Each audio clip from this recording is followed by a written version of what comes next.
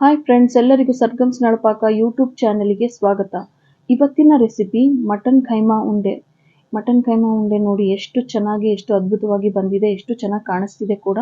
ಇದು ಅನ್ನಕ್ಕೆ, ರೊಟ್ಟಿ, ಚಪಾತಿ, ದೋಸೆ, ಮುದ್ದೆ, ಪೂರಿಗೆ ಕೂಡ ತಿನ್ಬೋದು. ತುಂಬಾನೇ ಚೆನ್ನಾಗಿರುತ್ತೆ. ಇದಕ್ಕೆ ಏನೆಲ್ಲ ಸಾಮಗ್ರಿಗಳು ಬೇಕು, ಹೇಗೆಲ್ಲ ಮಾಡ್ಕೊಳ್ಳೋದು ಅಂತ ನೋಡ್ಕೊಳ್ಳೋಣ ಬನ್ನಿ. ಮೊದಲಿಗೆ ನಾನಿಲ್ಲಿ 2 ಕಪ್ಪಷ್ಟು ಕೊಬ್ಬರಿನ ತಗೊಂಡಿದ್ದೀನಿ. ಸಣ್ಣದಾಗಿ ಹೆಚ್ಚಿಟ್ಕೊಂಡಿದ್ದೀನಿ. ಇದು ಹಸಿ ಕೊಬ್ಬರಿ ಆಗಿರುತ್ತೆ. ನಂತರ ಒಂದು 10 ಬ್ಯಾಡಗೆ ಮೆಣಸಿನಕಾಯಿನ ತಗೊಂಡಿದ್ದೀನಿ. ಹಾಗೂ 2 ಈರುಳ್ಳಿನ ಎಣ್ಣೆಯಲ್ಲಿ ಚೆನ್ನಾಗಿ ಹುರಿದು ತಗೊಂಡಿದ್ದೀನಿ. ನಂತರ 20 ಎಸಳು ಬೆಳ್ಳುಳ್ಳಿ ಹಾಗೂ 2 ಇಂಚಷ್ಟು ಶುಂಠಿ, 2 ಹಿಡಿಯಷ್ಟು ಕೊತ್ತಂಬರಿ ಸೊಪ್ಪನ್ನ ಕೂಡ ತಗೊಂಡಿದ್ದೀನಿ. ನಂತರ 2 ಇಂಚಷ್ಟು ಚಕ್ಕೆ, ಒಂದು 12ರಿಂದ 13 ಲವಂಗ ತಗೊಂಡಿದ್ದೀನಿ. ಹಾಗೂ ನಾನು ಒಂದು ಅರ್ಧ ಕೆಜಿ ಆಗುವಷ್ಟು ಮಟನ್ ಕೀಮಾನ ಕೂಡ ತಗೊಂಡಿದ್ದೀನಿ. ನಂತರ ನಾವು ಮಿಕ್ಸರ್ ಜಾರ್ಗೆ ಎಲ್ಲ ಪದಾರ್ಥಗಳನ್ನು ಹಾಕಿ ಮಿಕ್ಸರ್ ಮಾಡ್ಕೊಳ್ಳೋಣ. ಆದರೆ ಟೊಮೆಟೊನ ಈಗಲೇ ಆ್ಯಡ್ ಮಾಡೋದು ಬೇಡ, ಟೊಮೆಟೊ ನಂತರ ಆ್ಯಡ್ ಮಾಡ್ಕೊಳ್ಳೋಣ. ಸ್ವಲ್ಪನೇ ಮಸಾಲೆನ ಹಾಕಿ 2 ಟ್ರಿಪ್ಪಲ್ಲಿ ನಾವು ಇದನ್ನು ಮಿಕ್ಸರ್ ಮಾಡ್ಕೊಳ್ಬೇಕಾಗುತ್ತೆ. ಮಿಕ್ಸರ್ ಮಾಡ್ಕೊಳ್ಳೋಣ. ನೋಡಿ, ಈಗ ಮಿಕ್ಸರ್ ಮಾಡಿದ ನಂತರ ಯಾವ ರೀತಿ ಕಾಣಿಸುತ್ತೆ ಅಂತ. ಈಗ ನಾವು ಒಂದು ಅರ್ಧ ಕೆಜಿ ಖೈಮಾನ ಈ ಮಸಾಲೆ ಏನು ರುಬ್ಕೊಂಡಿದ್ವಲ್ಲ ಅದು 2 ಟೇಬಲ್ ಸ್ಪೂನ್ ಅಷ್ಟು ಮಸಾಲೆನ ಹಾಕ್ಕೊಳ್ಳೋಣ. ನೋಡಿ, ಇದಕ್ಕೆ ನಾವು ಯಾವುದೇ ರೀತಿ ಕಡಲೆ ಹಿಟ್ಟಾಗಿರ್ಬೋದು, ಮೊಟ್ಟೆ ಆಗಿರ್ಬೋದು, ಕಾರ್ನ್ಫ್ಲೋರ್ ಆಗಿರ್ಬೋದು ಯಾವುದನ್ನು ಆ್ಯಡ್ ಮಾಡ್ಕೊಳ್ತಾ ಇಲ್ಲ. ಹಾಗೆ ಸ್ವಲ್ಪ ಮಸಾಲೆನ ಹಾಕಿ ಮಾಡ್ಕೊಳ್ತಿದ್ದೀನಿ. ಜಾಸ್ತಿ ಮಸಾಲೆ ಹಾಕಿದ್ರೆ ಕೈಮಾ ಟೇಸ್ಟೇ ಬರಲ್ಲ, ಬರೀ ಮಸಾಲೆ ಟೇಸ್ಟ್ ಬರುತ್ತೆ. ಹಾಗಾಗಿ ಸ್ವಲ್ಪ ಮಾತ್ರ ಮಸಾಲೆನ ಹಾಕ್ಕೊಳ್ಳೋಣ. ನಂತರ ಅರ್ಧ ಟೀ ಸ್ಪೂನ್ ಅಷ್ಟು ಅರಿಶಿನದ ಪುಡಿನ ಹಾಕ್ಕೊಂಡು, ರುಚಿಗೆ ತಕ್ಕಷ್ಟು ಉಪ್ಪನ್ನು ಸೇರಿಸ್ಕೊಂಡು ಇದನ್ನು ಸ್ವಲ್ಪನೇ ಹಾಕಿ ಮಿಕ್ಸರ್ ಮಾಡ್ಕೊಳ್ಳೋಣ. ನೋಡಿ, ಈಗ ಮಿಕ್ಸರ್ ಮಾಡಿದ ನಂತರ ಯಾವ ರೀತಿ ಕಾಣಿಸುತ್ತೆ ಅಂತ.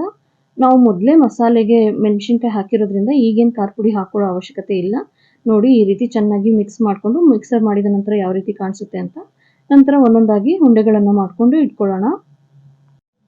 ನೋಡಿ, ಇದರಲ್ಲಿ ಮಸಾಲೆ ಕಮ್ಮಿ ಹಾಗೂ ಖೈಮಾನೇ ಜಾಸ್ತಿ ಕಾಣಿಸ್ತಿದೆ ಅಲ್ವಾ, ಅದೇ ರೀತಿ ನಾವು ಮಾಡ್ಕೊಳ್ಬೇಕು. ಮಸಾಲೆ ಜಾಸ್ತಿ ಹಾಕೋದ್ರಿಂದ ಖೈಮಾ ಟೇಸ್ಟೇ ಬರಲ್ಲ. ನಂತರ ನಾವು ಮಿಕ್ಸರ್ ಜಾರ್ಗೆ ಮಸಾಲೆ ರುಬ್ಕೊಂಡಿದ್ವಲ್ಲ ಅದಕ್ಕೆ 2 ಟೊಮೆಟೊನ ಸೇರಿಸ್ಕೊಂಡು ಅದನ್ನು ಕೂಡ ಮಿಕ್ಸರ್ ಮಾಡ್ಕೊಳ್ಳೋಣ. ನಂತರ ಒಂದು ಬಾಣಲಿಗೆ 5 ಟೀ ಸ್ಪೂನ್ ಅಷ್ಟು ಎಣ್ಣೆನ ಹಾಕಿ ಈ ಉಂಡೆಗಳೇನು ಮಾಡ್ಕೊಂಡಿದ್ವಲ್ಲ ಅದನ್ನು ಒಂದೊಂದಾಗಿ ಬಿಡೋಣ. ಮೊದಲೇ ನಾವು ಮಸಾಲೆ ರುಬ್ಕೊಳ್ಬೇಕಾದ್ರೆ ಟೊಮೆಟೊನ ರುಬ್ಕೊಳ್ಬಾರ್ದು. ಟೊಮೆಟೊ ಹಾಕಿ ರುಬ್ಕೊಂಡ್ಬಿಟ್ರೆ ಉಂಡೆಗಳೆಲ್ಲ ಒಡೆದೋಗೋ ಚಾನ್ಸಸ್ ಇರುತ್ತೆ. ಹಾಗಾಗಿ ನಾವು ಖೈಮಕ್ಕೆ ಮಸಾಲೆನ ಸೇರಿಸ್ಕೊಂಡು ನಂತರ ಉಳಿದಿರೋ ಮಸಾಲೆಗೆ ಟೊಮೆಟೊನ ಹಾಕಿ ಮಿಕ್ಸರ್ ಮಾಡ್ಕೊಳ್ಳೋಣ. ನೋಡಿ, ಈ ರೀತಿ ಒಂದೊಂದಾಗಿ ನಾವು ಎಲ್ಲ ಉಂಡೆಗಳನ್ನು ಈ ರೀತಿ ಎಣ್ಣೆಯಲ್ಲಿ ಹಾಕೋಣ. ನಿಧಾನಕ್ಕೆ ಹಾಕಿ ಗ್ಯಾಸನ್ನು ಲೋ ಫ್ಲೇಮಲ್ಲಿ ಇಟ್ಟು ಲಿಡ್ಡನ್ನು ಕ್ಲೋಸ್ ಮಾಡಿ ನಾವು ಬೇಯೋದಕ್ಕೆ ಬಿಡೋಣ. ಈ ರೀತಿ ಮಾಡೋದ್ರಿಂದ ಉಂಡೆಗಳು ಸ್ವಲ್ಪ ಗಟ್ಟಿಯಾಗುತ್ತೆ, ಒಡೆಯೋ ಚಾನ್ಸಸ್ ತುಂಬಾ ಕಮ್ಮಿ ಇರುತ್ತೆ. ಹಾಗೆ ಟೇಸ್ಟ್ ಕೂಡ ತುಂಬಾ ಚೆನ್ನಾಗಾಗುತ್ತೆ. ಸೊ ಈಗ ಲಿಡ್ಡನ್ನು ಕ್ಲೋಸ್ ಮಾಡಿ ಬೇಯಿಸ್ಕೊಳ್ಳೋಣ. ನೋಡಿ, ಈಗ ಒಂದು 10 ನಿಮಿಷ ಬೇಯಿಸಿದ ನಂತರ ಎಣ್ಣೆಯಲ್ಲಿ ಫ್ರೈ ಮಾಡಿದ ನಂತರ ಯಾವ ರೀತಿ ಕಾಣಿಸ್ತಿದೆ ಅಂತ. ನೋಡಿ, ಖೈಮಾದಲ್ಲಿ ಇರೋವಂಥ ಜಿಡ್ಡು ಕೂಡ ಬಿಟ್ಕೊಂಡಿದೆ, ಯಾವ ರೀತಿ ಚೆನ್ನಾಗಿ ಫ್ರೈ ಆಗಿ ಬಂದಿದೆ ಅಂತ. ಇದನ್ನು ಹೀಗೆ ಕೂಡ ತಿನ್ಬೋದು, ಆದರೆ ನಾವು ಮಾಡ್ಕೊಳ್ತಾ ಇರೋದು ಖೈಮಾ ಸಾರು. ಹಾಗಾಗಿ ನಾವು ಮಸಾಲೆನ ಹಾಕ್ಕೊಳ್ಳೋಣ. ನೋಡಿ, ಈಗ ನಾವು ರುಬ್ಕೊಂಡಿರೋವಂಥ ಮಸಾಲೆ ಅಂದರೆ ಟೊಮೆಟೊನ ಹಾಕಿ ರುಬ್ಬಿದ್ದಂತಹ ಮಸಾಲೆನ ಈಗ ಈ ಖೈಮಾ ಉಂಡೆಗೆ ಸೇರಿಸ್ಕೊಳ್ಳೋಣ. ಯಾರೆಲ್ಲ ನಮ್ಮ ಚಾನಲ್ ಸರ್ಗಮ್ಸ್ ನಳಪಾಕನ ಸಬ್ಸ್ಕ್ರೈಬ್ ಮಾಡ್ಕೊಂಡಿಲ್ವೋ ಒಮ್ಮೆ ನಮ್ಮ ಚಾನಲ್ನ ವಿಸಿಟ್ ಮಾಡಿ ಸಬ್ಸ್ಕ್ರೈಬ್ ಮಾಡ್ಕೊಳ್ಳಿ. ನೋಡಿ, ಈ ರೀತಿ ಮಸಾಲೆನ ಹಾಕೊಳ್ಳೋಣ. ಹಾಗೆ ಮಿಕ್ಸರ್ ಜಾರಲ್ಲಿ ಅಂಟಿರೋ ಮಸಾಲೆಗೆ ಕೂಡ ಸ್ವಲ್ಪ ನೀರನ್ನು ಹಾಕಿ ಇದಕ್ಕೆ ಹಾಕ್ಕೊಳ್ಳೋಣ. ನಮಗೆ ಯಾವ ಹದಕ್ಕೆ ಬೇಕೋ ಆ ಹದಕ್ಕೆ ಮಾಡ್ಕೊಳ್ಳೋಣ. ಆದರೆ ಖೈಮಾ ಸಾರು ಸ್ವಲ್ಪ ಗಟ್ಟಿ ಇದ್ರೇ ಚೆನ್ನಾಗಾಗುತ್ತೆ, ನೀರು ಥರ ಆದರೆ ಚೆನ್ನಾಗಾಗೋದಿಲ್ಲ. ಹಾಗಾಗಿ ನಾವು ನೀರನ್ನೆಲ್ಲ ಹಾಕ್ಕೊಂಡು ನಮಗೆ ಯಾವ ಹದ ಬೇಕೋ ಆ ಹದಕ್ಕೆ ನಾವು ಮಾಡ್ಕೊಳ್ಳೋಣ. ನೋಡಿ, ಈಗ ಚೆನ್ನಾಗಿ ನೀರು ಹಾಕಿದ ನಂತರ ಮಿಕ್ಸ್ ಮಾಡ್ಕೊಳ್ಳೋಣ. ಮತ್ತೆ ನೀರಿನ ಅವಶ್ಯಕತೆ ಇದ್ದರೆ ನೀರನ್ನು ಹಾಕ್ಕೊಳ್ಳೋಣ. ನಿಧಾನಕ್ಕೆ ಈ ರೀತಿ ಮಿಕ್ಸ್ ಮಾಡ್ಕೊಳ್ಳೋಣ. ಉಂಡೆ ಹೊಡಿಬಾರ್ದು ಅನ್ನೋ ಕಾರಣಕ್ಕೆ ನಾವು ನಿಧಾನಕ್ಕೆ ಮಾಡ್ಕೊಳ್ಬೇಕಾಗುತ್ತೆ. ನೋಡಿ, ಇವಾಗ ಈ ನೋಡಿ, ನೀರನ್ನು ಹಾಕಿ ಈ ಹದಕ್ಕೆ ನಾನು ಮಾಡ್ಕೊಂಡಿದ್ದೀನಿ.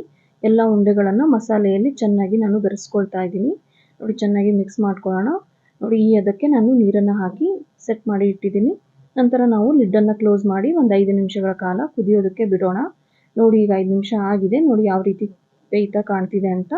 ಈ ಸ್ಟೇಜಲ್ಲಿ ನಾವು ಉಪ್ಪು ಖಾರನ ಬೆರೆಸ್ಕೊಳ್ಬೇಕಾಗುತ್ತೆ. ನೋಡಿ, ಬೆಂದು ಯಾವ ರೀತಿ ಗಟ್ಟಿಯಾಗಿ ಚೆನ್ನಾಗಿ ಬಂದಿದೆ, ಎಷ್ಟು ಸಾಫ್ಟಾಗಿ ಕೂಡ ಕಾಣ್ತಿದೆ ಅಂತ.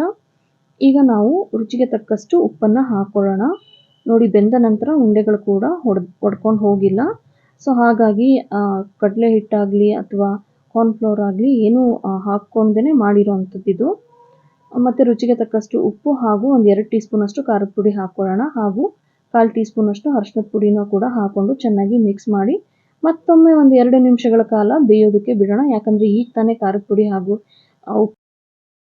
ಉಪ್ಪನ್ನು ಹಾಕ್ಕೊಂಡಿರೋದ್ರಿಂದ. ನಂತರ ಲಿಡ್ಡನ್ನು ಕ್ಲೋಸ್ ಮಾಡಿ ಈಗ ಓಪನ್ ಮಾಡಿ ನೋಡೋಣ ಯಾವ ರೀತಿ ಬೆಂದು ರೆಡಿಯಾಗಿದೆ ನಮ್ಮ ಕೀಮಾ ಉಂಡೆ ಅಂತ. ಈಗ ನಾನು ಗ್ಯಾಸನ್ನು ಆಫ್ ಮಾಡಿದ್ದೀನಿ, ಆದರೂ ಕೂಡ ಮಸಾಲೆ ಕುದೀತಾ ಇದೆ. ನೋಡಿ ಯಾವ ರೀತಿ ಪರ್ಫೆಕ್ಟ್ ಆಗಿರುವಂಥ ಕನ್ಸಿಸ್ಟೆನ್ಸಿಯಲ್ಲಿ ಬೆಂದು ರೆಡಿಯಾಗಿದೆ ನಮ್ಮ ಕೈಮಾ ಉಂಡೆ. ಇದು ರೊಟ್ಟಿ, ಪೂರಿ, ಚಪಾತಿ, ದೋಸೆಗಂತೂ ತುಂಬಾ ಒಳ್ಳೆಯ ಕಾಂಬಿನೇಷನ್. ಮತ್ತೆ ಸಿಗೋಣ ನಮ್ಮ ಮುಂದಿನ ರೆಸಿಪಿಯಲ್ಲಿ. ಅಲ್ಲಿ ತನಕ ಟೇಕ್ ಕೇರ್, ಬಾಯ್.